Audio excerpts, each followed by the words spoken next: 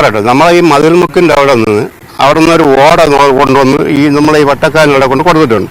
അതെന്തിനെന്ന് വെച്ച് കഴിഞ്ഞാൽ ഇവിടെ ഈ ഉള്ള പ്രദേശത്തുള്ളവർക്കുള്ള വെള്ളം പോകാൻ റെയിലിൻ്റെ അകത്തൂടെ അപ്പുറത്ത് കൊടുത്തിട്ടുണ്ട്. പിന്നെ നമ്മുടെ എയർപോർട്ടിനകത്തുള്ള വെള്ളവും ഇതുവഴിയാണ് പോകുന്നത്. അപ്പോൾ ആ ഓട അത് സിമന്റ് ഇട്ട് കെട്ടി കരിങ്കല്ലിട്ട് കെട്ടിയിരിക്കണം. അപ്പോൾ അതിലേ കൂടെ വേണമെങ്കിലും വരാം. ഈ കുട്ടി കണ്ടെത്തി എന്ന് പറഞ്ഞ ഒരു സ്ഥലത്തില്ലേ, അവിടെ ഈ അതായത് നേരത്തെ പറയുന്ന കേട്ടിട്ടുണ്ട് നാട്ടുകാർക്കാർക്കും അങ്ങോട്ട് പോകാൻ പറ്റാത്ത ഒരു സ്ഥലമാണ്. നാട്ടുകാർ പോകുന്ന കഴിഞ്ഞാൽ അതിൽ ഇവിടെ ഇപ്പൊ ഈ കോളനിയിലുള്ളവരും ഇവിടെ ഉള്ള കക്കൂസൊന്നും ഇല്ലാത്തവരെല്ലാം അതിനകത്താണ് വിസർജനമൊക്കെ ചെയ്യുന്നത്.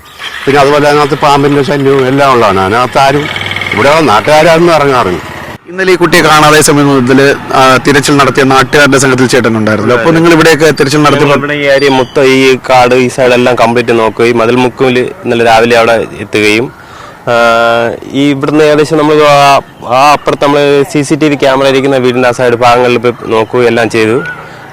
CCTV ക്യാമറയുടെ പ്രിന്റ് എടുത്ത് ഇന്നലെ പോലീസുകാർക്ക് കൈമാറുകയും എല്ലാം ചെയ്തിരുന്നു. ഇന്നലെ ഈ ഒരു കുട്ടിയെ തിരങ്ങിയ സമയത്ത് ഈ കാട്ടിന്റെ ഇടയിൽ ഈ പോലീസ് ഇപ്പോൾ പറയുന്നത് പോലെ തന്നെ ഒരാൾ നടന്നു പോയ തരത്തിലുള്ള വഴിയൊക്കെ ആ ഒരു സമയത്ത് ശ്രദ്ധയിൽപ്പെട്ടിരുന്നു. ഇതിനകത്ത് ആ സമയത്ത് ശ്രദ്ധപ്പെട്ട് നമ്മൾ താഴെ ഭാഗങ്ങളിലൊന്നും ഇറങ്ങിപ്പോയില്ല. ഈ കാട് പിടിച്ചു കിടക്കുന്ന സ്ഥലങ്ങളും അങ്ങനെയുള്ള ഏരിയകൾ കംപ്ലീറ്റ് ഇന്നലെ നോക്കിയായിരുന്നു. ഇതിന്റെ താഴെ ഭാഗം ഒരു ഓടയാണ്. ആ ഓടയുടെ ആ ഉള്ളിലോട്ട് ചെന്ന് ഞങ്ങൾ നോക്കിയിട്ടില്ല.